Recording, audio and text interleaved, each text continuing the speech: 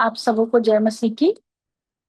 ये समय है, हम परमेश्वर के चरणों के निकट आएंगे और उसकी आराधना और भक्ति में हम इस समय को व्यतीत करेंगे जो हमारा परमेश्वर हमें देता है। परमेश्वर के इन वचनों को हम पढ़ लेंगे जो कि पाया जाता है भजन संहिता उसका 68 अध्याय, और उसके दो पद को हम देख लेंगे, 9वीं आयत और 10वीं आयत को हम देख लेंगे। हे परमेश्वर, तूने बहुतायत की वर्षा की, तेरा निज भाग बहुत सूखा था, परंतु तूने उसको हरा भरा किया, तेरा झुंड उसमें बसने लगा। हे परमेश्वर, तूने अपनी भलाई से दीन जन के लिए तैयारी की है। परमेश्वर इस वचन के पढ़े और सुने जाने पर बड़ी आशीष देवे। आइए हम प्रार्थना में जाएंगे।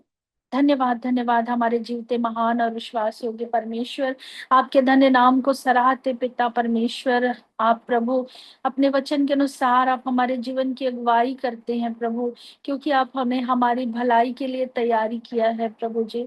हम आपके चरणों के निकट आए आपसे मिलने के लिए पिता, क्योंकि भलाई ही की बातें सिर्फ आपके पास है पिता।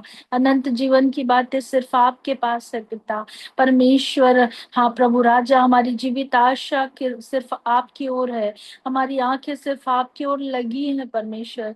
अनुग्रह कर प्रभु जी की हमारा आपके चरणों के निकट बैठना आपको प्रसन्न करने पाए। हम जितने भाई बहन प्रभु परमेश्वर आपके चरणों के निकट बैठे हुए हैं प्रभु जी, हाँ मेरे प्रभु परमेश्वर अनुग्रह कर। जिन गीतों को हम गाते हैं प्रभु जी, वचन को सुनते सुनाते हैं, विनतियों को रखते हैं, हर एक चीज है प्रभु आपको भावता हुआ बलिदान ठहरे। हमारा जीवन तैयार होने पाए प्रभु राजा, एक बच्ची भूमि के समान प्रभु, जिसमें प्रभु आपके द्वारा जो बीज बोया जाता है सिस्टर के द्वारा, वो बहुत तायत से प्रभु फलवंत होने पाए। हम सभी के जीवन को प्रभु अपने हाथों में ले बना प्रभु जी परमेश्वर की, हमारा आपके चरणों के निकट आना प्रभु जी आपकी महिमा का कारण होने पाए। सारी बातों के लिए हम धन्यवाद करते, पूरी आराधना को आपके चरणों के निकट समर्पित करते हैं प्रभु। अनुग्रह कर प्रभु परमेश्वर पिता, और हम सभी जो अलग अलग स्थानों में है प्रभु जी, हमारे जीवन में कब्जा कर, पवित्र आत्मा हमें लीड कर, और प्रभु परमेश्वर हमें उस मार्ग में चला जो सिद्धता का मार्ग है, जिससे आप हमारे जीवन को देखकर प्रसन्न होने पाए प्रभु, और आपकी महिमा हमारे जीवन से बढ़ने पाए प्रभु। धन्यवाद करते ही पिताजी, आपने हमारी दुआ को सुना है, और ऐसा विश्वास करते हुए इस विनती को अपने उद्धार करता प्रभु यीशु मसीह नासरी के नाम से मांग लेते हैं, आमीन।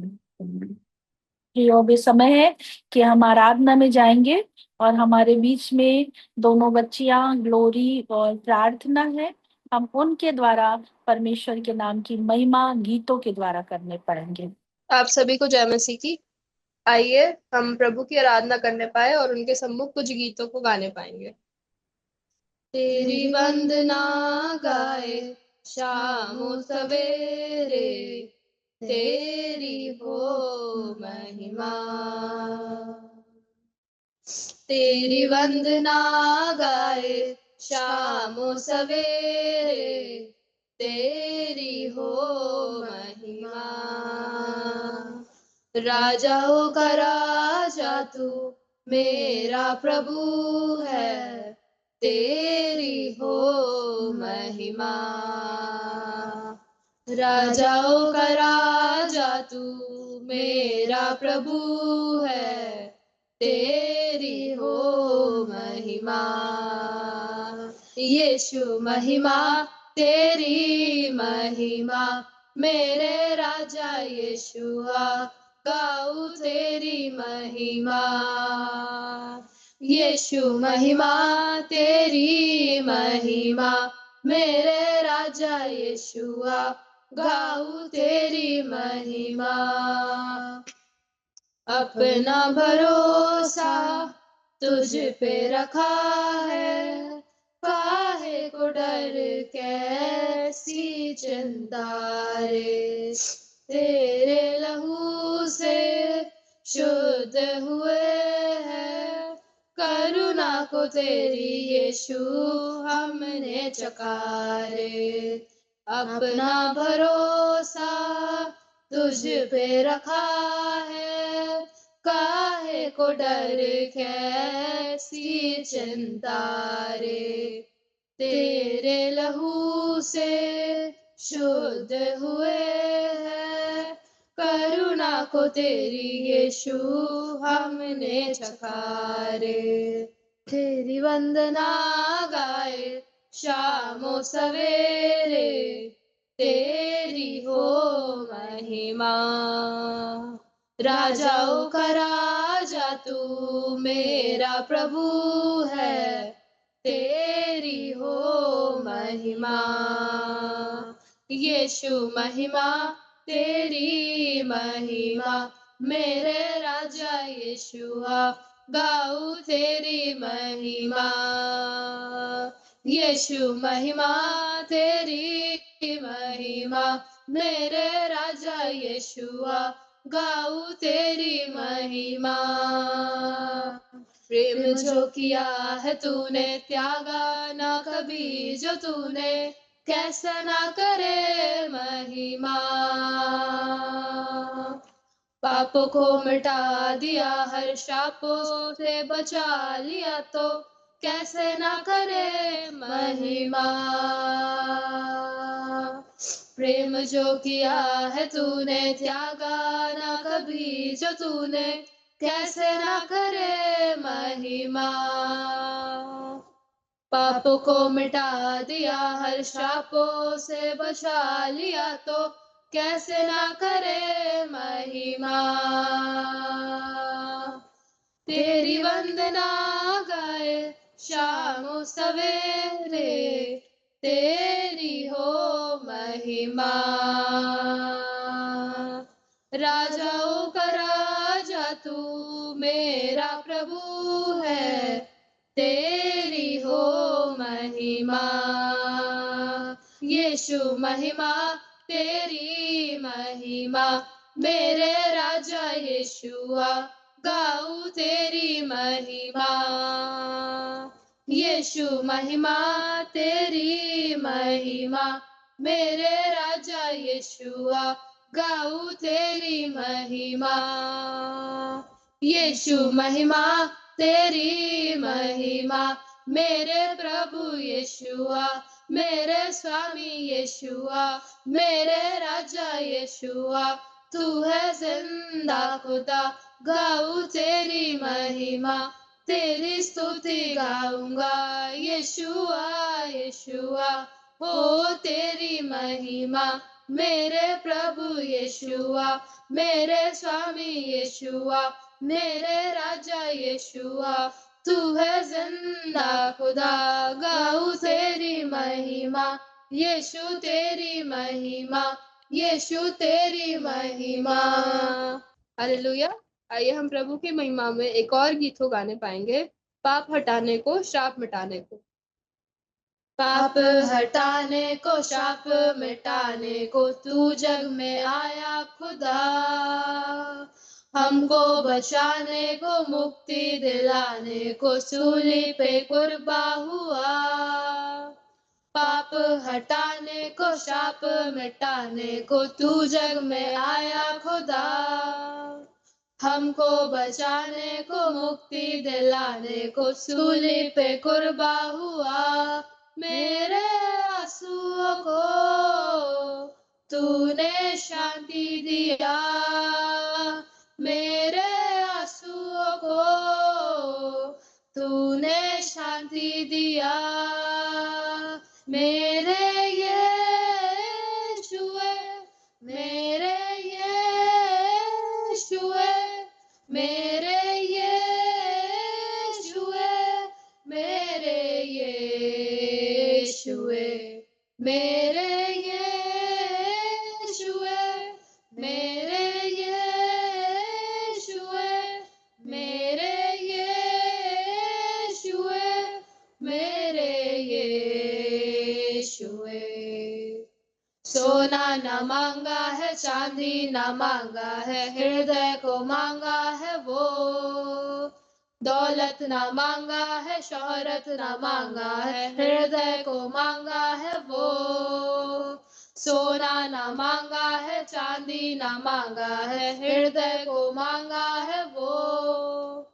दौलत ना मांगा है, शोहरत ना मांगा है, हृदय को मांगा है वो। मैं ढूंढने गया नहीं, वो ढूंढने आया मुझे। मैं ढूंढने गया नहीं, वो ढूंढने आया मुझे। मेरे यीशुए, मेरे यीशुए, मेरे यीशुए, मेरे यीशुए, मेरे यीशुए, मेरे यीशुए, मेरे यीशुए, मेरे यीशुए। प्रभु जी से आराधना को ग्रहण करें और हम सभी को आशीष दे। आमीन।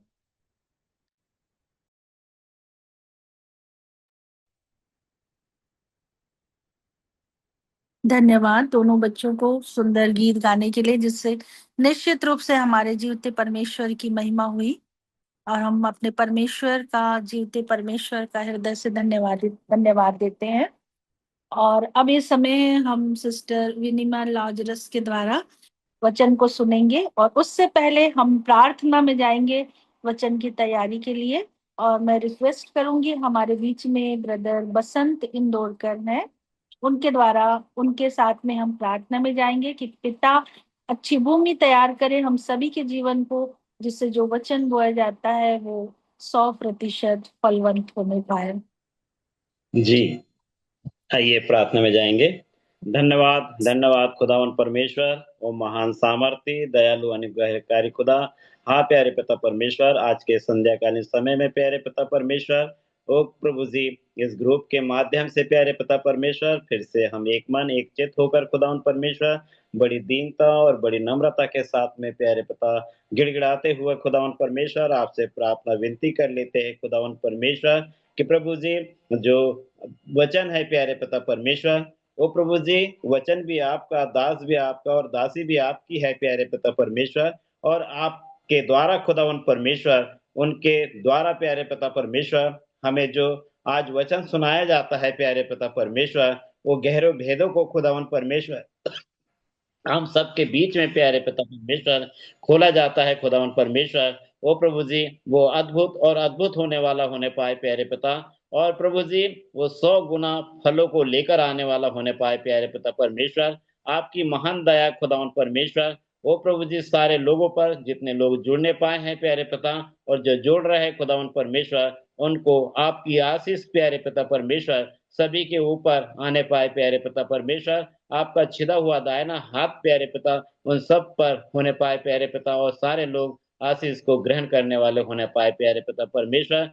इस वचन के द्वारा जिस प्रकार से खुदावन परमेश्वर आपके वचन में वो प्रभु जी वर्षा ऋतु का जो वर्णन किया गया है, और उसके बाद में जो फल आता है प्यारे पिता, ऐसे ही जितने लोग जुड़े हैं प्यारे पिता, सबके हृदय में खुदावन परमेश्वर, सबके जीवन में खुदावन परमेश्वर, आपको वो फलों को आने दीजिए प्यारे पिता, ताकि वे अपने जीवन में फलवंत होने पाए प्रभु जी। मैं आपका धन्यवाद करता हूँ, और इसी के साथ इस विनती और प्रार्थना को आपके बेटे प्रभु यीशु मसीह के मीठे और मधुर नाम से मांग लेता हूँ। सुने और ग्रहण करें। आमीन और आमीन।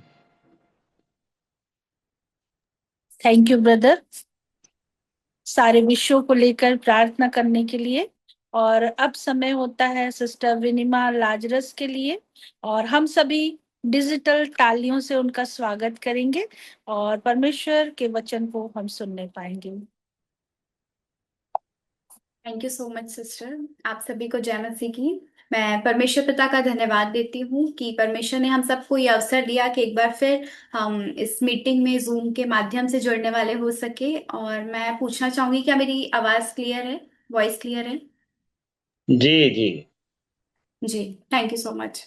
तो परमेश्वर का धन्यवाद देते हैं कि परमेश्वर ने आज ये अवसर हम सबके जीवन में दिया है। और साथ ही मैं ब्राउन सर और मैम का धन्यवाद देती हूँ, सिस्टर अर्चना का धन्यवाद देती हूँ कि कल उन्होंने मुझसे बात की।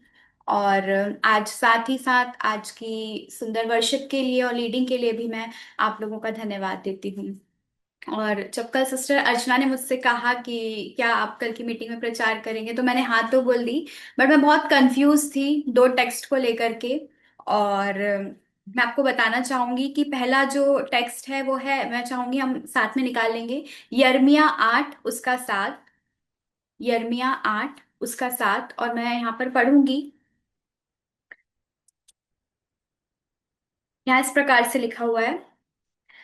आकाश में लगलग भी अपने नियत समयों को जानता है, और पंडुक्की, सूपाबेनी और सारस भी अपने आने का समय रखते हैं, परंतु मेरी प्रजा यहोवा का नियम नहीं जानती। और एक और पाठ है जो मैं पढ़ना चाहती हूँ आज, जो हमें मिलता है लूका रचित सुसमाचार, उसका 8वां अध्याय पद 22 से लेकर 25 तक। लूका 8 उसका पद 22 से लेकर 25 तक, और मैं उसको पढ़ूंगी। यहाँ ऐसा लिखा हुआ है। फिर एक दिन वह और उसके चेले नाव पर चढ़े, और उसने उनसे कहा, आओ झील के पार चलें। अतः उन्होंने नाव खोल दी। पर जब नाव चल रही थी तो वो सो गया, और झील पर आंधी आई और नाव पानी से भरने लगी, और वे जोखिम में थे। तब उन्होंने पास आकर उसे जगाया और कहा, स्वामी स्वामी, हम नाश हुए जाते हैं। तब उसने उठकर आंधी को और पानी की लहरों को डांटा, और वे थम गए और चैन हो गया। तब उसने उनसे कहा, तुम्हारा विश्वास कहाँ था? पर वे डर गए और अचंभित होकर आपस में कहने लगे, ये कौन है जो आंधी और पानी को भी आज्ञा देता है और वे उसकी मानते हैं? तो मैं ये दोनों टेक्स्ट को लेकर के बहुत कंफ्यूज थी। यिर्मयाह उसका 8 और 7, और लूका उसका 8 और 22। तो मैं समझ नहीं पा रही थी कि मैं दोनों में से किस पे प्रीचिंग करूं, लेकिन मैं जब लगातार उसको पढ़ती रही तो परमेश्वर ने बड़े अद्भुत रीति से अगुवाई की, और परमेश्वर ने मेरी अगुवाई की कि मैं दोनों टेक्स्ट को कंपेयर करके देख सकूं। क्योंकि ये दोनों ही जो टेक्स्ट हैं, यहाँ पर हम एक चीज को देखते हैं कि आज्ञाकारिता को, और सृष्टि को भी देखते हैं। सृष्टि सृष्टि की दो चीजों को हम देखते हैं कि पहला जो टेक्स्ट है यिर्मयाह में, वो कह रहा है कि अ, जो पक्षी हैं वो परमेश्वर की डायरेक्शन को जानते हैं, लेकिन मेरी प्रजा मेरे डायरेक्शन को नहीं पहचानती। और दूसरा जो टेक्स्ट है जो हमें बताता है आंधी और तूफान के बारे में, यहाँ पर भी हम एक चीज को देख रहे हैं कि कि आंधी तूफान और जो पानी है वो परमेश्वर की आज्ञा को किस तरीके से मानता है। और इस समय में अगर आप ऑब्जर्व करेंगे अपने आसपास में, तो ये बरसात का समय चल रहा है, और हम बहुत सारी नई नई चीजों को देख रहे हैं। नई नई बारिश की वजह से हम बहुत सारी चीजों को एक्सपीरियंस कर रहे हैं कि बहुत हरियाली है हमारे आसपास। उसके अलावा बहुत सारे छोटे छोटे कीड़े मकोड़ों को भी आप देखेंगे, और बहुत सारी चीजें हैं जो आप इस समय में, बरसात के समय में एक्सपीरियंस कर सकते हैं। और इसके अलावा सृष्टि को जब हम गौर से देखेंगे, तो सृष्टि की हर एक चीज जिसे परमेश्वर ने बनाया है हमको कुछ ना कुछ सिखाती है। और पिछले कुछ दिनों पहले मैं न्यूज़पेपर पढ़ रही थी हमारा छिंदवाड़ा का, और वहां पर एक बात दी हुई थी कि वहां पर बताया गया था कि इस समय में बहुत सारे जो माइग्रेटरी बर्ड्स हैं, जिनको हम प्रवासी पक्षी बोलते हैं, वो बहुत दूर से ट्रेवल करके हमारे छिंदवाड़ा में आए हुए हैं। अफ्रीका से वहां पर दिया हुआ था, जैकोबिन कुकू नाम के कुछ माइग्रेटरी बर्ड्स हैं, कुछ प्रवासी पक्षी हैं जो अफ्रीका से इस समय में छिंदवाड़ा आए हुए हैं। इसके अलावा अगर हम देखेंगे तो इंडिया में हर साल बहुत सारे लाखों पक्षी दूर देश से ट्रेवल करके हमारी कंट्री में आते हैं एक नियत समय पर, और फिर उसके बाद वो वापस उड़ उड़ करके जाते हैं। तो ये बहुत अच्छा समय है सृष्टि को ऑब्जर्व करने का, और चीजों को देखने का कि कैसे परमेश्वर ने सृष्टि की रचना की है, कैसे जो चिड़िया हैं, जो पक्षी हैं, वो परमेश्वर के डायरेक्शन को, इशारों को समझ रहे हैं, और उसके अलावा उसके साथ साथ ट्रैवल कर रहे हैं। तो इन चीजों को ध्यान में रखते हुए मैंने आज का मेरा जो वचन है उसको मैंने नाम दिया है, recognising the season and remembering who is in the boat. समय को पहचानना और याद रखना कि नाव में कौन है। समय को पहचानना और याद रखना कि नाव में कौन है। और जैसा कि आज हमने दो टेक्स्ट पढ़े हैं, यिर्मयाह 8 उसका 7 और लूका 8 उसका 22 से 25। तो जब हम यिर्मयाह को देखते हैं तो यहाँ पर आत्मिक अंधेपन की बात की गई है। यहाँ पर परमेश्वर कह रहा है कि बहुत समय से जब वो बदमाई में थे, पाप में थे, बुराइयों में थे, तो अब परमेश्वर चाह रहा है कि वो परमेश्वर के डायरेक्शन को पहचाने, परमेश्वर की बातों को समझे, परमेश्वर के इशारों को समझे और उससे बाहर निकले। लेकिन जो लोग हैं वो, उनमें इतना ज्यादा आत्मिक अंधापन है कि वो उससे निकलना नहीं चाहते। और जब नहीं निकलना चाहते तो फिर वहां पर वचन कहता है कि जो पक्षी भी है वो मेरे इशारों को समझते हैं, लेकिन मेरी प्रजा जो है वो इस चीज को नहीं समझती। और जब हम लूका को देखते हैं तो वहां पर एक बहुत अच्छी चीज है कि चेलों को जब प्रभु यीशु मसीह कहते हैं कि अब तुम यहाँ से चलो, आओ हम उस पार चले। तो जब प्रभु यीशु मसीह चेलों को कह रहे हैं कि आओ हम यहाँ से उस पार चले, तो चेले बड़े अच्छे से दीनताई से उसको फॉलो करते हुए उसके साथ नाव पर चढ़ जाते हैं। तो यहाँ पर दो चीजें, एक जगह तो हम देख रहे हैं जहाँ पर प्रजा आज्ञाकारी नहीं है, और दूसरी जगह यहाँ पर हम देख रहे हैं कि चेले आज्ञाकारी हैं और परमेश्वर की, यीशु मसीह की आज्ञा मान करके वो नाव में चढ़ जाते हैं। अब मैं आज के वचन के द्वारा आपको कुछ चीजें शेयर करना चाहती हूँ जो हम इन पक्षियों के जीवन से और सृष्टि की सारी चीजों को देख करके सीख सकते हैं। सबसे पहली बात जो है वो है पोजीशन। हमारी जो पोजीशन है वो बहुत मैटर करती है हमारे आत्मिक जीवन में, पोजीशन और डायरेक्शन। परमेश्वर का वचन जो है वो हमको हमेशा डायरेक्शन देता है, हमेशा हमको बताता है कि हमें किस समय कहाँ पर रहना है। जैसे कि हम यहाँ पर देखते हैं लूका में कि प्रभु यीशु मसीह उनसे कह रहे आओ झील के पार चले, आओ झील के पार चले। तो यहाँ पर प्रभु यीशु मसीह उनको एक प्रॉमिस दे रहा है, एक डायरेक्शन बता रहा है। उसने इससे पहले कि नाव में आंधी और तूफान आता, इससे पहले कि चेले डरते, इससे पहले कि वो घबराते, यहाँ पर प्रभु यीशु मसीह उन्हें ऑलरेडी एक प्रॉमिस दे चुका था और उसने कह दिया था कि आओ हम झील के पार चले। ऐसा हमारे आत्मिक जीवन में भी होता है। परमेश्वर ने हमसे बहुत सारे वादे किए हैं, उसने हमसे बहुत सारी प्रोमिसेस किए हैं, हम वचनों को पढ़ते हैं, हम उसको स्मरण रखते हैं। लेकिन जब हमारे जीवन में थोड़ा सा आंधी तूफान आता है तो हम लोग घबराने लग जाते हैं और हम उस वचन को भूल जाते हैं कि उसने हमसे कुछ वादा किया है, उसने हमसे प्रॉमिस किया है और वो हमको इस पार से उस पार ले जाना चाहता है और वो निश्चित हमको लेकर के जाएगा। तो यहाँ पर हम एक चीज को देखते हैं कि प्रभु यीशु मसीह ने एक पोजीशन बता रहा है, एक डायरेक्शन दे रहा है, और उस डायरेक्शन में ऑलरेडी एक प्रॉमिस है कि आओ हम इस पार से उस पार चले। लेकिन यहाँ पर एक चीज को हम देखते हैं कि वो डायरेक्शन तो दे रहा है लेकिन उसके बाद वो नाव में सो गया। वो डायरेक्शन तो दे रहा है लेकिन वो नाव में सो गया। वो उनको बोट तक भी लेकर के गया, वो उनको नाव में चढ़ाया उसने, लेकिन उसके बाद प्रभु यीशु मसीह सो गया। क्यों? क्यों वो सो गया वहां पर? ऐसा तो नहीं है कि प्रभु यीशु मसीह नहीं सोते तो नहीं होता, लेकिन वो वहां पर है, लेकिन वो सो गया।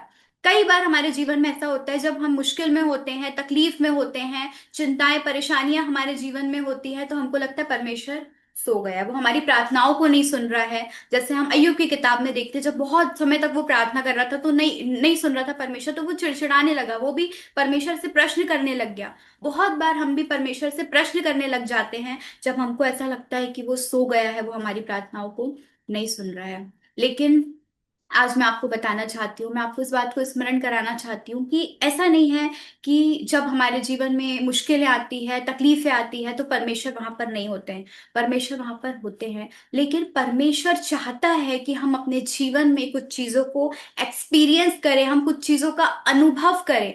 वो उनको बोट में तो लेकर के गया लेकिन वो बोट में सो गया, और यहाँ पर परमेश्वर चाह रहे थे कि वो कुछ एक्सपीरियंस करे। वो चेले यीशु मसीह के साथ कुछ चीज को एक्सपीरियंस करने वाले हो सकें। तो कई बार हमारे जीवन में ऐसी परिस्थितियां आती है, ऐसी मुश्किलें आती है, ऐसी तकलीफें आती हैं जहां पर हमारे मन में सवाल उठने लग जाता है कि परमेश्वर कहाँ है। लेकिन हमें इस बात को स्मरण करना है कि परमेश्वर का एक वादा है, उसका प्रॉमिस है, और उसने हमसे पहले ही कहा है कि वो हर समय हमारे साथ रहेगा। और हम बहुत बहुत हम कई बार पढ़ते हैं अब्राहम के बारे में कि अब्राहम को भी परमेश्वर ने कहा तू एक जगह से दूसरी जगह में चले जा।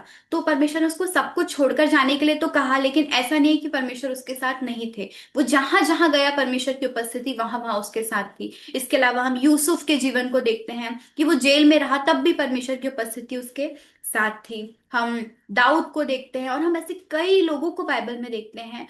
इवन हम योना के जीवन को देखते हैं कि जब वो मछली के पेट में था तब भी परमेश्वर की प्रॉमिस उसके साथ थी और परमेश्वर उसके साथ साथ थे। तो ऐसी कोई जगह नहीं है जहां परमेश्वर हमको नहीं देख सकते। तो हम जहां भी जाएंगे परमेश्वर हमारे साथ रहेंगे। लेकिन उस दिन प्रभु यीशु मसीह नाव में सो गए। तो जब प्रभु यीशु मसीह सो गए तो जो चेले थे वो आंधी और तूफान में डर गए। लेकिन उस दिन प्रभु यीशु मसीह उनको कुछ एक्सपीरियंस कराना चाहते थे। वो चेले उनसे वचनों को सुनते तो थे, सीखते तो थे, लेकिन उस दिन प्रभु यीशु मसीह उससे उन्हें कुछ एक्सपीरियंस कराना चाहते थे। तो जब परमेश्वर हमको हमारे जीवन में कुछ एक्सपीरियंस कराना चाहता है तो हमको किसी स्थान पर लेकर के जाता है, और हो सकता है कि वो स्थान हमको ऐसा लगे कि शायद यहाँ पर कोई मेरी प्रार्थनाओं को सुन नहीं रहा है, यहाँ पर कोई है नहीं जो मेरी मेरी प्रार्थनाओं के आंसुओं को देख रहा है, या कोई कोई मुझे समझ नहीं रहा है। और मुझे इसका बहुत अच्छा एग्जाम्पल लगता है जो हम हाजिरा के जीवन में देखते हैं कि जब वो जंगल में थी, तो जंगल में वो परमेश्वर को एक्सपीरियंस करती है। जब वो वहां पर अकेली रहती है, कोई उसको नहीं देखता है, वो बहुत रोती है, तब परमेश्वर का दूत आता है और उससे बातें करता है। और तब हाजिरा जो है, जो पहली महिला जो परमेश्वर को नाम देती है, और वो नाम क्या देती है? अत्ता एलरोई, द गॉड हु सीज, वो परमेश्वर जो देखता है। तो अगर यदि हाजिरा उस दिन जंगल में अकेली नहीं होती तो वो एक्सपीरियंस नहीं कर पाती कि ये वो परमेश्वर है जो देखता है, मुझे कोई नहीं देख रहा है, किसी को नहीं पता है मैं यहाँ रो रही हूँ जंगल में, मैं इतना परेशान हो रही हूँ। लेकिन उस दिन अगर वो वहां पर अकेली नहीं होती तो वो परमेश्वर को एक्सपीरियंस नहीं कर पाती कि ये वो परमेश्वर है जो देखता है। उस दिन प्रभु यीशु मसीह चेलों को नाव पर लेकर के गए ताकि वो देख सके कि ये सृष्टि करता है, ये वो जो उनके साथ है, वो इस सारी कायनात को, सारी सृष्टि को बनाने वाला परमेश्वर है। ये वो परमेश्वर है जिसकी आज्ञा आंधी और तूफान भी मानते हैं। ये वो परमेश्वर है जो इनको शांत भी कर सकता है, इनको डांट भी सकता है, और ये वो परमेश्वर है जो सब कुछ बनाने वाला है। तो उस दिन प्रभु यीशु मसीह चेलों को अपने साथ नाव में लेकर के जाते हैं ताकि वो एक्सपीरियंस कर सके। और हम सबके जीवन में अलग अलग सीजन्स आते हैं, कई बार हम बीमार होते हैं, हम तकलीफ में होते हैं, कई बार हमें उद्धार की जरूरत होती है, कई बार हमें छुटकारे की जरूरत होती है, कई बार हमको जरूरत होती है कि कोई हमारे आंसुओं को पीछे पोछे। और अलग अलग समय पे हम सब लोग जीवन में परमेश्वर को अलग रीति से अनुभव करते हैं। तो जो पहली बात जो मैं आपको बताना चाहती हूँ कि बहुत जरूरी है कि जब परमेश्वर हमें पोजीशन बताता है, डायरेक्शन बताता है, तो हम उसको समझ सके, ताकि हम उस समय में परमेश्वर हमारे जीवन में जो रिवील करने जा रहा है, जिस तरीके से अपने आप को रिवील करने जा रहा है, जैसे उस दिन प्रभु यीशु मसीह ने चेलों पर प्रकट किया कि मैं क्रिएटर हूँ, मैं सृष्टि करता हूँ। उन्हें उस दिन ये बात समझ में आई, उनके मन में उस दिन ये सवाल आया कि ये कौन है जिसकी आवाज आंधी और तूफान भी सुनते हैं। तो हमें परमेश्वर का डायरेक्शन, हमको परमेश्वर की पोजीशन उन पक्षियों की तरह पता होनी चाहिए, ताकि हम लोग परमेश्वर को एक्सपीरियंस कर सके, जो परमेश्वर हमको सिखाना चाहते हैं, जो रिवील करना चाहते हैं, उसको हम अपने जीवन में समझने वाले हो सके।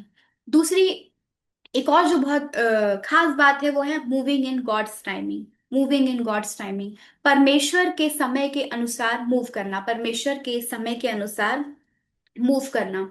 अब यहाँ पर हम देख रहे हैं यिर्मयाह में हमने जो पढ़ा कि परमेश्वर जानता है कि प्रजा जो है बहुत समय से पाप में है, बुराई में है, और अब इनका इससे निकलने का समय आ गया है। अब समय आ गया है कि वो इस पाप में जीवन से, इन बुराइयों से बाहर आए।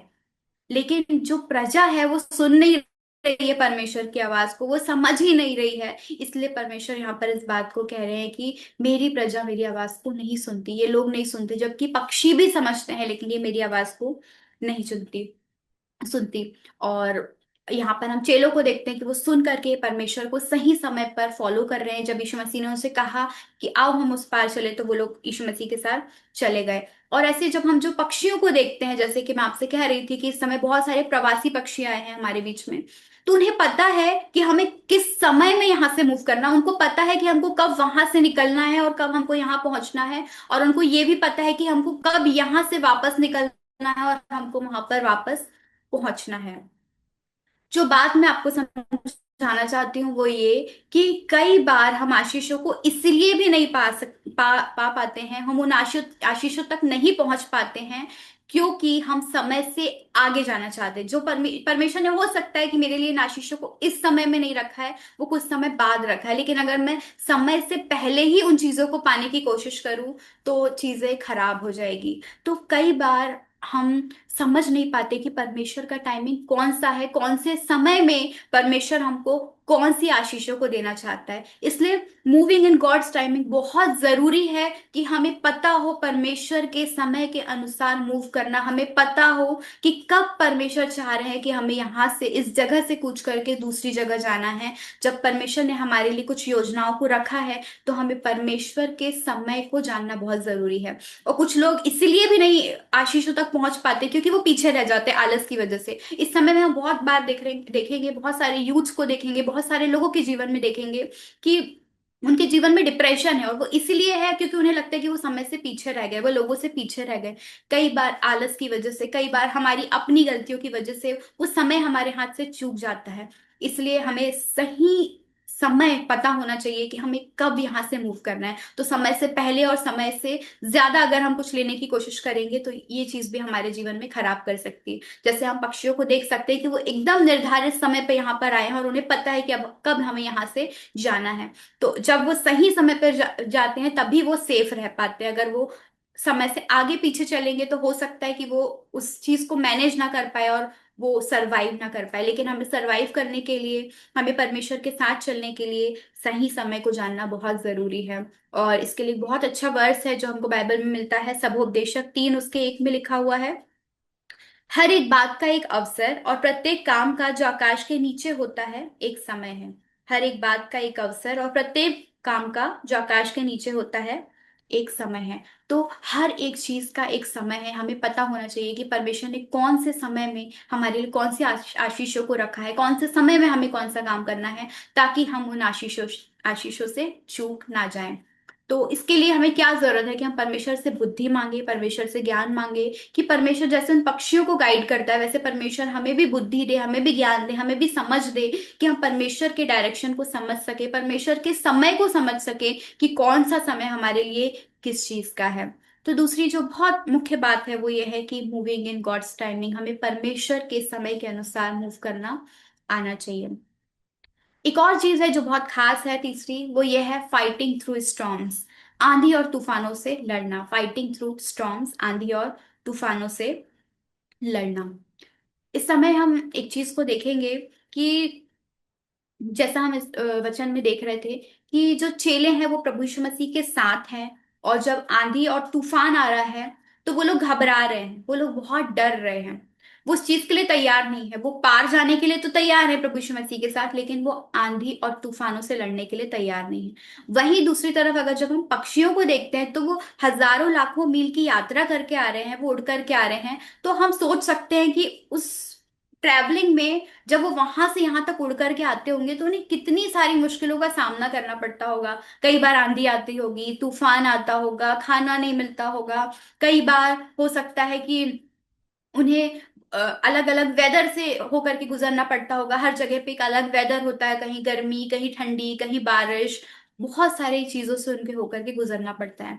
लेकिन वो पक्षियों को हम देखते हैं कि जब वो एक जगह से दूसरी जगह ट्रेवल कर रहे हैं तो वो तैयार हैं उन आंधी और तूफानों से लड़ने के लिए। वो तैयार है, अभी जब वो वापस जाएंगे तो फिर वो तैयार है, उन्हें पता है कि हमको वही चीजें फेस करनी है, लेकिन वो उन आंधी और तूफान से लड़ने के लिए तैयार हैं।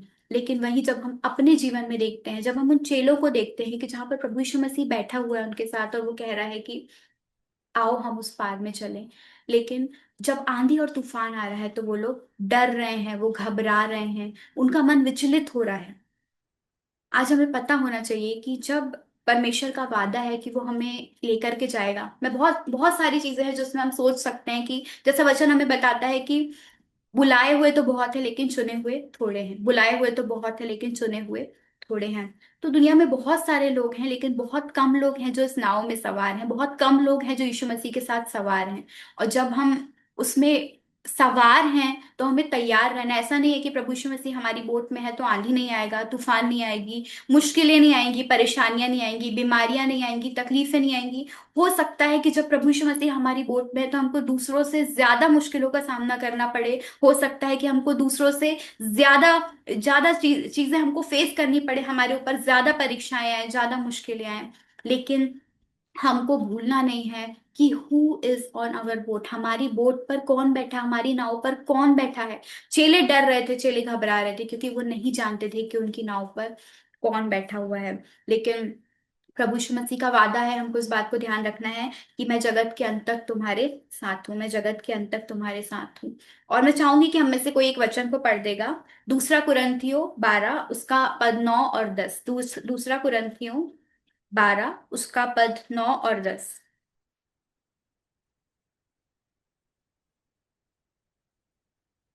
यहाँ पर इस प्रकार से लिखा हुआ है, और उसने मुझसे कहा, मेरा अनुग्रह तेरे लिए बहुत है, क्योंकि मेरी सामर्थ निर्बलता में सिद्ध होती है।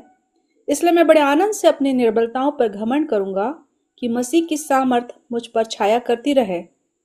इस कारण मैं मसीह के लिए निर्बलताओं और निंदाओं में और दरिद्रता में और उपद्रवों में और संकट में प्रसन्न हूँ, क्योंकि जब मैं निर्बल होता हूँ तभी बलवंत होता हूँ।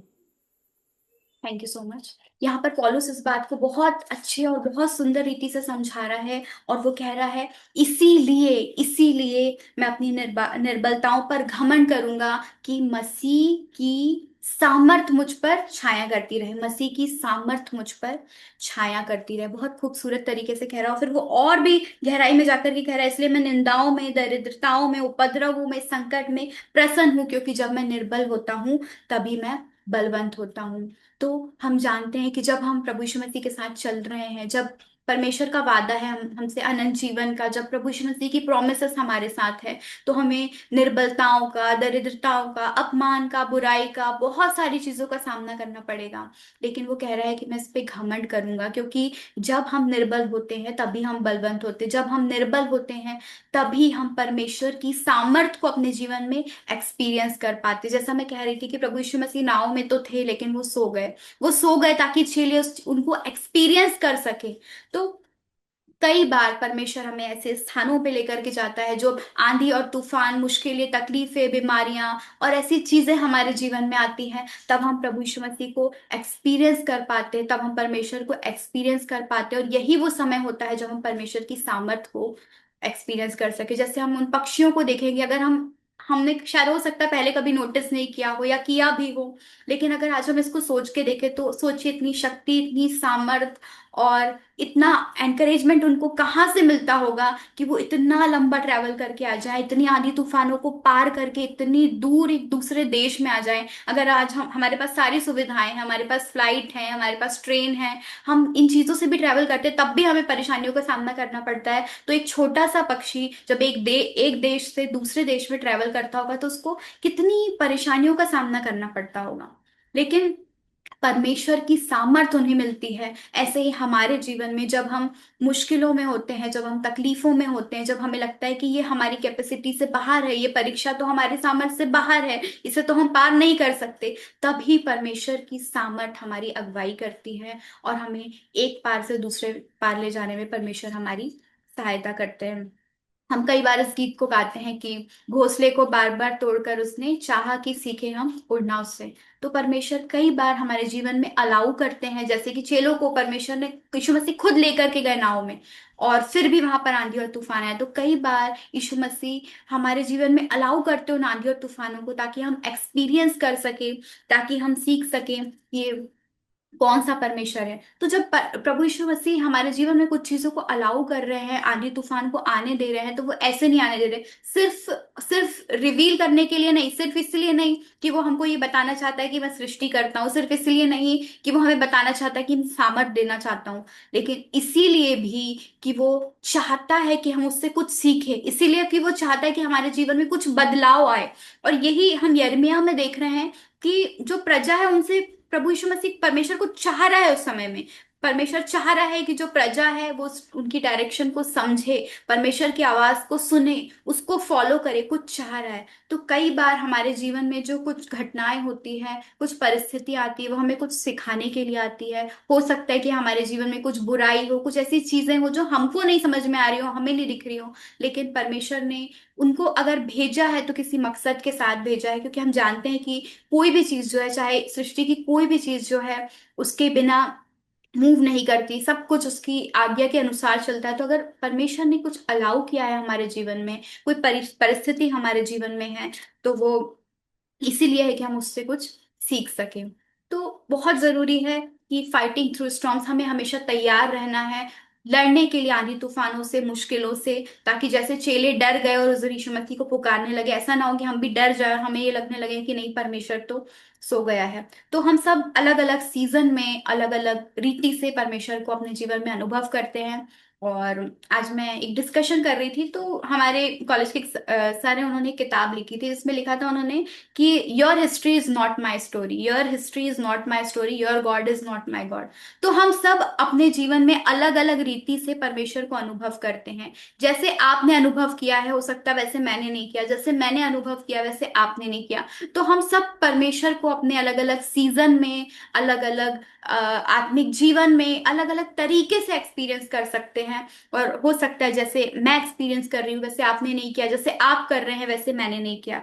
तो परमेश्वर हमको अलग अलग सीजन में, अलग अलग समयों पे कुछ चीजों को सिखाना चाहते हैं, रिवील करना चाहते हैं, और जरूरी है कि हम उन चीजों को समझ सकें। और गलातियों 6 उसके 9 में एक बहुत अच्छी बात लिखी हुई है, वहां लिखा हुआ है, यदि हम ढीले ना हो तो उचित समय पर कटनी काटेंगे, यदि हम ढीले ना हो तो उचित समय पर कटनी काटेंगे।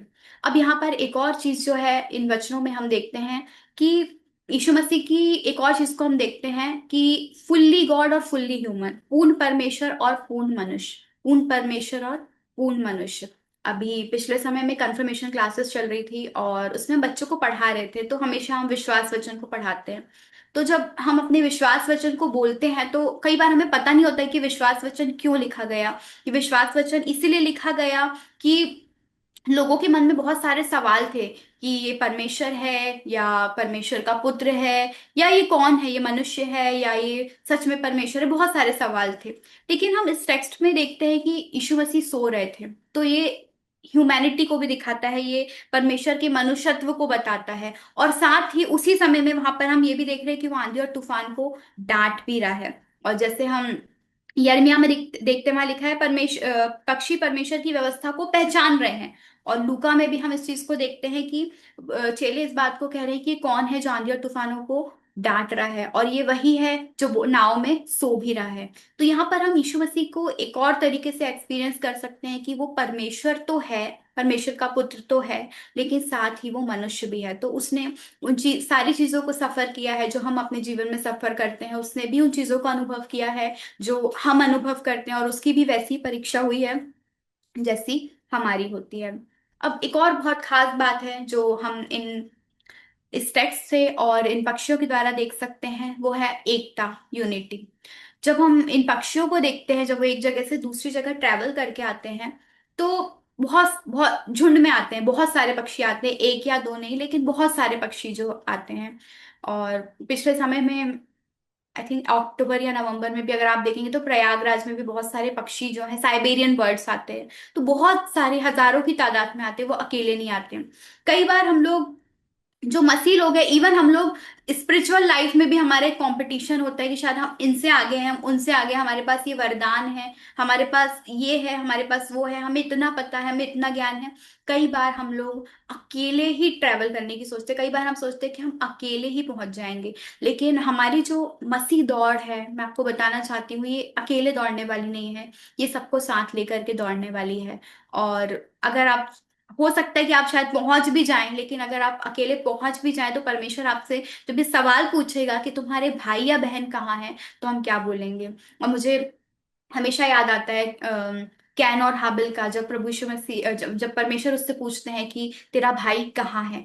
तो कई बार हो सकता है कि हम अकेले पहुंच जाएं, हम हो सकता है कि हम सोचे कि मैं अकेले ही कर लूंगा, या मैं अकेले ही कर लूंगी, या ये परीक्षा या ये चीजों से मैं अकेले ही पार हो जाऊंगी। लेकिन ऐसा नहीं होता है। हम जब साथ में हम ट्रेवल करते हैं, जब हम साथ में आत्मिक आत्मिक जीवन में या किसी भी तरीके से, अगर हम सांसारिक रूप में भी देखें, जैसे कंपटीशन का समय है और इस समय में बच्चों, एक एग्जांपल ले लें अगर बच्चों में, कि अगर वो कॉम्पिटिटिव एग्जाम की तैयारी कर रहे हैं, तो अगर वो अकेले हैं तो बहुत जल्दी डिस्करेज हो जाते हैं। लेकिन अगर हम ग्रुप में हैं और हो सकता है एक हार रहा हो तो दूसरा उसको एनकरेज कर दे, दूसरा हार रहा हो तो कोई और उसको एनकरेज कर दे। ऐसा ही आत्मिक जीवन में होता है। कई बार जब मुश्किलें, तकलीफें, आंधी तूफान आते हैं तो हो सकता है कि हमारा विश्वास कमजोर हो जाए, हम हारने लगे। लेकिन अगर दूसरा वाला जो हमारे साथ है वो आत्मिक रीति से स्ट्रांग है, उस समय में वो परमेश्वर, उसका विश्वास बना हुआ है, तो वो हमें एनकरेज करेगा कि हम लोग भी उसमें आगे चल सके। ऐसे ही हम इन पक्षियों को देखेंगे कि जब वो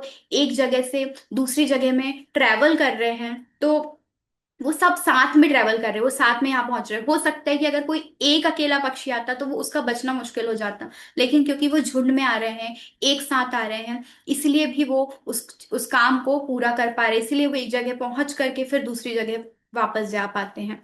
तो उनसे एक बहुत अच्छा मैसेज हमको मिलता है कि जो मैसेज है यूनिटी का, कि हम भी मसीह जीवन में इस चीज को सीखें कि हम एकता बनाए रखें। हमारी कलीसियाई प्रार्थना जितनी हमारी पर्सनल प्रेयर जरूरी है, उतनी ही हमारी साथ में जब हम ग्रुप में प्रेयर करते हैं जरूरी है, आराधना जरूरी है, भक्ति जरूरी है, वचनों को पढ़ना सुनना और समझना जरूरी है, एक साथ यूनिटी में रह करके। तो हम इस बात को ना भूलें उनसे कि यूनिटी, मसीह जीवन में एकता बहुत बहुत जरूरी है। और एक और चीज जो है वो है विश्वास, जो सबसे मुख्य चीज है मुझे लगता है इस टेक्स्ट में, जो प्रभु यीशु मसीह उस दिन चेलों को सिखाना चाह रहे थे। क्योंकि प्रभु यीशु मसीह उनसे पूछते हैं कि तुम्हारा विश्वास कहाँ था, तुम्हारा विश्वास कहाँ है। तो सबसे इंपॉर्टेंट चीज जो है हमें पता होनी चाहिए कि हमारा विश्वास कहाँ है। क्योंकि इस समय में हम बहुत सारे वचनों को सुनते हैं, बहुत सारे लोगों को सुन रहे हैं, ऑनलाइन सुन रहे हैं, ऑफलाइन सुन रहे हैं, वचनों को पढ़ रहे हैं, प्रार्थना कर रहे हैं। और चेले भी यीशु मसीह के साथ साथ चल रहे थे, उनको सुन रहे थे, लेकिन फिर भी जब आंधी और तूफान आया तो वो, उनका विश्वास जो है वो भटक गया। उनका विश्वास जो है वो परमेश्वर की बातों से हट करके आंधी और तूफानों की तरफ चला गया। और हमारे साथ भी ऐसा होता है मुश्किलों में कि हमारा जो विश्वास है वो आंधी और तूफानों से हट करके, परमेश्वर से हट करके आंधी और तूफानों की तरफ चला जाता है। और हम भूल जाते हैं कि हमारी नाव पे कौन कौन बैठा हो। जैसे मैंने स्टार्टिंग में कहा कि जो मेरा आज का टॉपिक है वो यही है कि पर समय को पहचानना और याद रखना कि नाव में कौन है।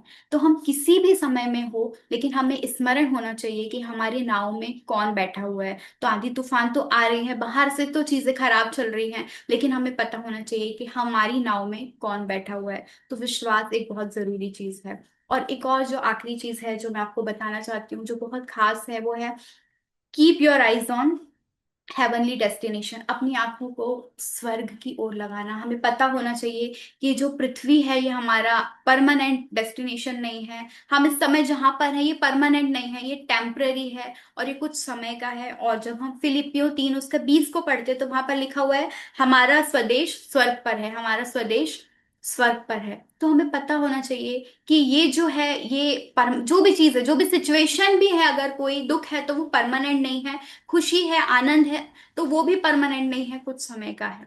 कई बार आप लोगों में देखेंगे कि वो चीजों को बहुत होल्ड करके रखते कि ये हमारा पुश्तैनी घर है, ये हमारी पुरानी चीजें हैं, ये पीढ़ियों से चली आ रही है, तो हम इसको छोड़ेंगे नहीं, हम इसको पकड़ के रखेंगे। कई बार लोग, जब जॉब की बात आती है तो लोग हिलना नहीं चाहते, हम यहाँ पर सेटल्ड हैं, बहुत अच्छे से सेटल हैं, हम यहाँ से जाना ही नहीं चाहते। और बहुत सारी ऐसी सिचुएशन हमारे जीवन में आती है जब परमेश्वर चाहते हैं कि हम अब यहाँ से मूव करें और हम दूसरी जगह जाएं, लेकिन हम उस चीज के लिए तैयार नहीं रहना चाहते। मैं आपको बताना चाहती हूँ कि जब तक हम मूव नहीं करेंगे तब तक परमेश्वर का मकसद हमारे जीवन में पूरा नहीं होगा। हो सकता है कि दूसरी जगह हमें अभी दूर से ऐसा लग रहा है कि कठिन है, मुश्किल है, ये बहुत दिक्कत देने वाली है हमको, लेकिन हो सकता है कि परमेश्वर ने उस जगह पे आपके लिए बहुत खूबसूरत आशीषों को रखा हो। इससे भी ज्यादा हो सकता है कि परमेश्वर आपको एक नए स्तर पर ले जाना चाह रहे हो सकता है कि परमेश्वर आपको कुछ और एक्सपीरियंस कराना चाह रहे हो। तो हमें इन पक्षियों की तरह पता होना चाहिए कि हम जहां भी हैं वो टेम्पररी है, वो परमानेंट नहीं है। हम अगर पृथ्वी पर हैं तो ये भी टेम्पररी है, ये परमानेंट नहीं है, लेकिन हमारा जो ठिकाना है वो स्वर्ग में है। तो आज के वचन के द्वारा मैं आप सबको एनकरेज करना चाहती हूँ, और एक बार मैं फिर से रिपीट करूंगी कि मेरा आज का जो टॉपिक है वो है recognising the season and remembering who is in the boat. समय को पहचानना और याद रखना कि नाव में कौन है। और इसमें हम सीख सकते हैं बहुत सारी चीजों को, जैसे कि हमें समय पर पता होना चाहिए पोजीशन कहाँ है, हमें पता होना चाहिए कि मूविंग इन गॉड्स टाइमिंग, परमेश्वर के समय के अनुसार कब हमें मूव करना है। फाइटिंग थ्रू द स्टॉर्म्स, हमें पता होना चाहिए कि आंधी और तूफानों से हमें लड़ना और हमें उसके लिए तैयार रहना है। और फिर हमें यूनिटी रखनी है, हमें विश्वास रखना है, और हमें अपनी आंखें स्वर्ग की ओर रखना है, क्योंकि ये हमारा परमानेंट ठिकाना नहीं है। तो जैसे परमेश्वर, आज के वचन के द्वारा मैं आपको बताना चाहती हूँ कि जैसे परमेश्वर पक्षियों को डायरेक्शन देते हैं, जैसे परमेश्वर अपने साथ बोट में चेलों को लेकर के गए, वैसे ही परमेश्वर आज मुझे और आपको भी लीड करना जानते हैं, गाइड करना जानते हैं, हर एक आंधी और तूफान से निकालना जानते हैं। और वचन हमें बहुत अच्छे से बताता है इस बात को कि जब हम पढ़ते हैं तो वचन में लिखा हुआ है कि आकाश के पक्षियों को देखो, मत्ती 6:26 में, आकाश के पक्षियों को देखो, वे ना बोते हैं, ना काटते हैं, और ना खत्तों में बटोरते, तो अभी तुम्हारा स्वर्गीय पिता उन्हें खिलाता है। तो जैसे परमेश्वर उनका ख्याल रखता है, उनका ध्यान रखता है, उनके समय का ध्यान रखता है, वैसे ही आज हमें इस बात को स्मरण करने की जरूरत है कि परमेश्वर हमारा भी ध्यान रखता है।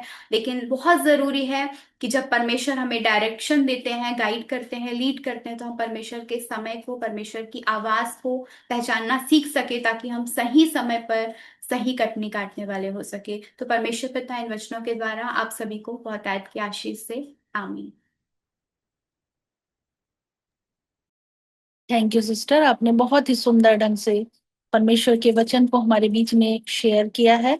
और सचमुच में ये बातें हैं, व्यवहारिकता की बातें जो हमें पहचानना है, और उस चीज को हम सचमुच में पहचाने कि हमारा परमेश्वर हमारे साथ रहता है। और सचमुच में इन वचनों के द्वारा परमेश्वर हम सभी को आशीष दे, और हम परमेश्वर की महिमा में निरंतर उस चीज को पहचानते हुए कि हमारी नाव में हमारे साथ हमारा स्वर्गीय पिता हमारे साथ साथ अपनी विश्वास योग्यता के साथ में खड़ा रहता है। भले ही हम विश्वास में कमजोर हो जाते हैं, लेकिन परमेश्वर अपने वचन के द्वारा हमारे जीवन में विश्वास को भी बढ़ाता है। जैसे वो परमेश्वर हमें कहता है कि यदि तुम में विश्वास की घटी हो तो वो मुझसे मांगे। और एक जगह वो बोलता है एक कि हे पिता मेरे अविश्वास का उपाय कर। बहुत सारी बातें जो परमेश्वर अपने वचन के द्वारा हमें सिखाता समझाता है। हमें इस बात को पहचानने की आवश्यकता है कि हमारे साथ में हमारा परमेश्वर जो सर्व सामर्थी परमेश्वर है, सब कुछ कर सकने की सामर्थ है, वो हमारे साथ है। बहुत ही सुंदर ढंग से सिस्टर ने समझाया पक्षियों का उदाहरण देके। और सचमुच में हमें इन चीजों को समझना है और अपने जीवन में उन चीजों को लेते हुए परमेश्वर की महिमा में निरंतर आगे बढ़ना है। Thank you sister once more, आपको बहुत बहुत धन्यवाद सुंदर वचन को हमारे बीच में लाने के लिए। अभी समय है, हम अंतिम में वचन के लिए प्रार्थना में जाएंगे सिस्टर इंदिरा जोसेफ के साथ में। और यदि आपके पास कोई विशेष प्रेयर रिक्वेस्ट है तो आप उनको भी दे सकते हैं। Praise the Lord sister. Praise the Lord. जय मसीह की सबको। जय मसीह की। सिस्टर आइए मेरी हम तरफ प्रार्थना। से भी एक प्रेयर रिक्वेस्ट है जी कि जी। हमारे पेंड्रा रोड में एक अंकल थे जो कि डॉक्टर, यहाँ के बहुत पुराने डॉक्टर थे, डॉक्टर सतीश सिंह। आज प्रभु के पास वो चले गए, सो गए प्रभु में। 86 ईयर के थे, और मैं समझती हूँ हमारे समाज क्रिश्चियंस के लिए वो सबसे प्राचीन व्यक्ति थे और बहुत ही आशीषित थे। उनके परिवार की शांति के लिए प्रेयर कीजिएगा। जी आइए हम प्रार्थना करेंगे। हालेलुया। धन्यवाद धन्यवाद धन्यवाद हमारे अति पवित्र सामर्थ्य प्रेमी दयालु पिता परमेश्वर, आप विश्वास योग्यता के साथ हमारे साथ बने रहते प्रभु जी। हम आपका धन्यवाद करते हैं प्रभु जी। हम विशेष रूप से धन्यवाद करते हैं प्रभु जी इस सुंदर समय के लिए प्रभु जी। इस समय प्रभु जी आपने हमें दिया प्रभु जी, हमें जोड़ा प्रभु जी। और प्रभु जी इतने सुंदर तरीके से प्रभु जी आपने अपने वचनों को प्रभु जी हमारे बीच में परोसा है प्रभु जी। हम आपका धन्यवाद करते हैं। हम विशेष रूप से आपका धन्यवाद देते हैं प्रभु जी आज की मीटिंग की संचालिका के लिए प्रभु जी। जिस प्रकार से उन्होंने बहुत ही सुंदर तरीके से आपके वचनों को हमारे सामने रखा प्रभु जी, संचालन किया प्रभु जी। हम दोनों बेटियों के लिए बहुत धन्यवाद देते हैं जिन्होंने प्रभु जी अपने आत्मा और सच्चाई के साथ आराधना और भक्ति को किया है प्रभु जी। दोनों को प्रभु जी आप बहुतायत की आशीष दीजिए, दान वरदानों से परिपूर्ण कर दीजिए प्रभु जी। आज के जो प्रथम प्रार्थना योद्धा थे प्रभु जी, उनके लिए भी हम आपको विशेष रूप से धन्यवाद देते प्रभु जी। वो आपके विश्वासी भाई हैं प्रभु जी, और अपने पूरे परिवार के साथ प्रभु जो विश्वास में बने हुए, आपके वचनों में बने हुए, हम आपका धन्यवाद करते हैं प्रभु जी। हम विशेष रूप से धन्यवाद करते हैं विनीमा के लिए प्रभु जी। उस बेटी ने प्रभु जी आपको ग्रहण किया प्रभु जी, आपके वचनों को लेकर चलती है प्रभु जी, ने बहुत ही सुंदर तरीके से हमें समझाया है कि समय को पहचानना है और जानना है कि नाव में कौन है प्रभु जी। इन वचनों के द्वारा हम सभी आशीषित हुए हैं प्रभु जी। उसने बताया कि प्रभु जी हमें कैसी पोजीशन लेना है, किस डायरेक्शन में चलना है। परमेश्वर हमें पोजीशन देता है प्रभु जी और सही डायरेक्शन पर लेकर जाता है जी। क्योंकि प्रभु जी सृष्टि तो आपको पहचानती है प्रभु जी और आपके वचनों का पालन करती है प्रभु जी, पर आपकी प्रजा भटक जाती है प्रभु जी। आप इब्राहिम के साथ जिस प्रकार से रहे प्रभु जी, आप याकूब के साथ रहे, यूसुफ के साथ रहे, यूना के साथ रहे, दाऊद के साथ रहे प्रभु जी, वैसे प्रभु जी हम सबके साथ भी आप रहिए प्रभु जी। और होने दीजिए प्रभु जी कि हमारे वचन मनों में प्रभु जी ऐसी भूमि तैयार हो सके कि हम आपके वचनों पर चलने और पालन करने वाले हो सके, सिर्फ उनको पढ़ने और उन पर मनन करने वाले ना हो प्रभु जी। क्योंकि हमारा जब ये डेरा सरी का घर किराया जाएगा प्रभु जी, तो आप हमें अनंत निवास में लेने वाले परमेश्वर है प्रभु जी। पृथ्वी पर का हमारा घर प्रभु जी क्षणिक है प्रभु जी, परंतु स्वर्ग का जो घर है प्रभु जी वो हमारा अनंत जीवन का घर है प्रभु जी। हम विशेष रूप से धन्यवाद देते हैं प्रभु जी कि आपने इन वचनों के द्वारा हमें सिखाया कि परमेश्वर के समय के अनुसार कैसे मूव करना है, हमारा मूवमेंट कैसा होना चाहिए। जिस प्रकार से प्रभु जी चेलों ने प्रभु जी आपकी आज्ञा को माना प्रभु जी, आंधी और तूफानों में प्रभु जी आप हमारे साथ रहने वाले परमेश्वर है प्रभु जी। हमारे जीवन में अनेक प्रकार की आंधी और तूफान तो आते हैं प्रभु जी, परंतु आप ही संभालने वाले परमेश्वर है प्रभु जी। और सही समय पर प्रभु जी आप हमें अपनी हमारी प्रार्थनाओं को जवाब देने वाले परमेश्वर है प्रभु जी। खून दीजिए कि हम में से जितने भी लोग आज प्रत्यक्ष और अप्रत्यक्ष रूप से इस मीटिंग में जुड़े हैं प्रभु जी, सबों का विश्वास बढ़े प्रभु जी।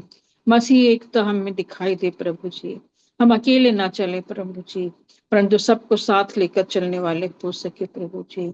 हम एक दूसरे के लिए देखभाल करने वाले और केयरिंग हो सके प्रभु जी, एक दूसरे के दुखों को संभालने वाले हो सके प्रभु जी। हमारे बीच में बहुत से ऐसे बुजुर्ग हैं प्रभु जी जो कि बीमार है प्रभु जी, उनके साथ हुई उन्हें चंगा करे, हाथ से छूकर चंगा करिए प्रभु जी। छोटे बच्चे हैं प्रभु जी, उन्हें भी प्रभु जी आप अपनी आशीषों से परिपूर्ण करिए प्रभु जी। खून दीजिए कि प्रभु जी ये जो छोटा झुंड है प्रभु जी जब हर शुक्रवार को आपके चरणों में आता है प्रभु जी, हमारा इकट्ठा होना प्रभु जी व्यर्थ न जाए प्रभु जी, और इन आशीषों को हम बांटने वाले हो सके।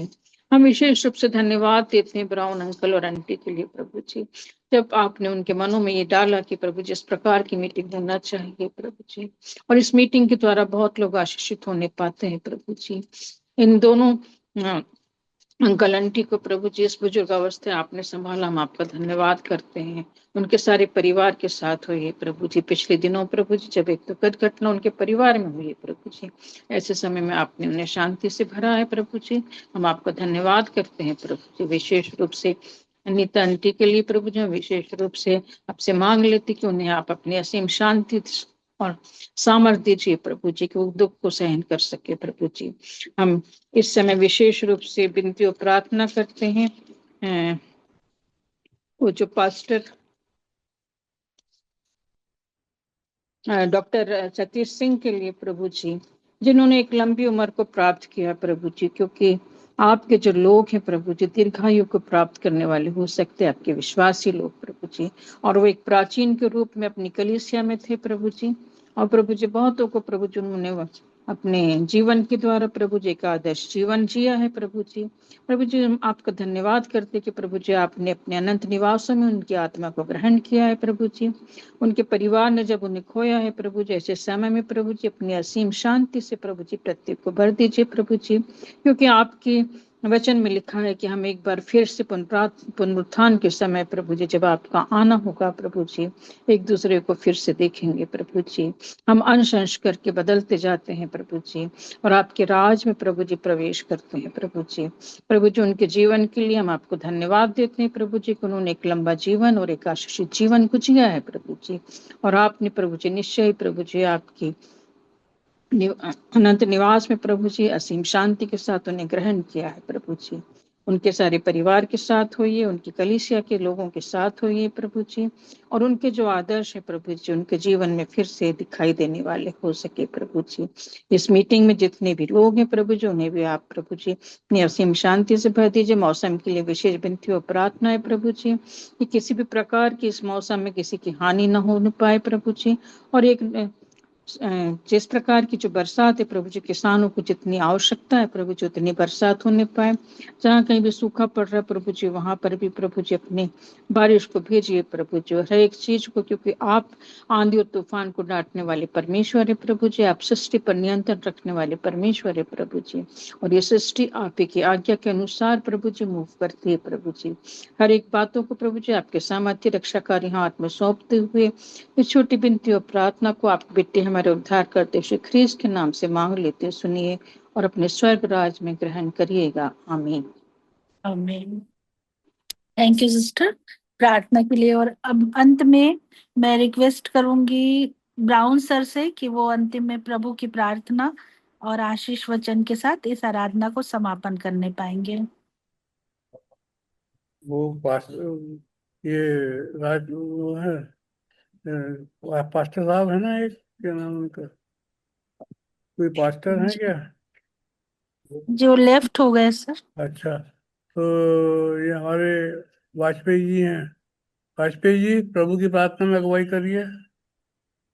जी जी जी सर, हाँ, वाजपेयी। आइए हम लोग प्रभु की प्रार्थना करेंगे। आइए हम लोग प्रभु की प्रार्थना करेंगे। हे हमारे पिता, आप जो स्वर्ग में हैं, आपका नाम पवित्र माना जाए, आपका राज्य आए, आपकी इच्छा जैसे स्वर्ग में पूरी होती है वैसे इस पृथ्वी पर भी पूरी हो। हमारी दिन भर की रोटी हमें दें, इस प्रकार से हम अपने अपराधों को क्षमा करते हैं वैसे आप भी हमारे अपराधों को क्षमा करें, और हमें परीक्षा में ना लाएं परंतु बुराई से बचाएं, क्योंकि राज, पराक्रम और